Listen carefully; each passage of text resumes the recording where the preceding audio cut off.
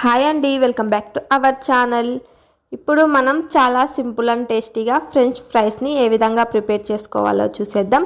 ఈ విధంగా ఒక్కసారి ట్రై చేసింది పిల్లలు మరీ అడిగి చేయించుకుంటారండి. చాలా సింపుల్ ప్రాసెస్లో చేసుకోవచ్చు.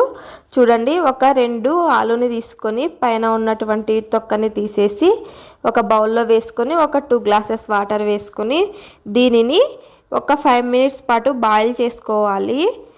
ఉడికే అంతవరకు ఈ విధంగా ఉడికించుకోవాలి. తర్వాత వచ్చేసి సింపుల్గా నేను మిక్సీకి అయితే వేసుకుంటున్నాను. తొందరగా అయిపోతుంది ప్రాసెస్. కానీ తగినంత ఉప్పు వేసుకోవాలి. పిల్లలు స్కూల్ నుంచి రాగానే స్నాక్స్ చేయమమ్మ అన్నప్పుడు ఈ స్నాక్స్ అయితే తొందరగా చేసేయచ్చు. పిల్లలకి ఇష్టంగా తింటారండి. ఇంకా ప్రతిరోజు మరీ అడిగి చేయించుకుంటారు.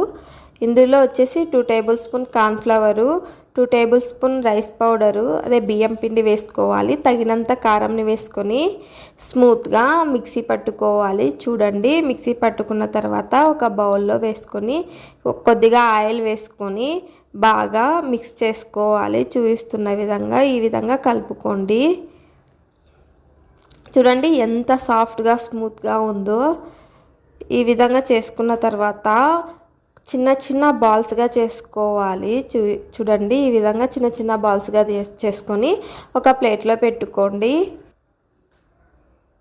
ఈ విధంగా మొత్తం అన్నీ ప్రిపేర్ చేసుకోవాలి. చూడండి, ఇప్పుడు నేను స్పూన్ తీసుకొని స్పూన్కి కాస్త ఆయిల్ అప్లై చేసి ఈ విధంగా ప్రెస్ చేసుకుంటున్నాను. ఈ విధంగా ప్రెస్ చేసుకున్న తర్వాత వేడి ఆయిల్లో వేసి డీప్ ఫ్రై చేసుకోవాలండి. గోల్డెన్ కలర్ వచ్చేంత వరకు బాగా వేయించుకోవాలి.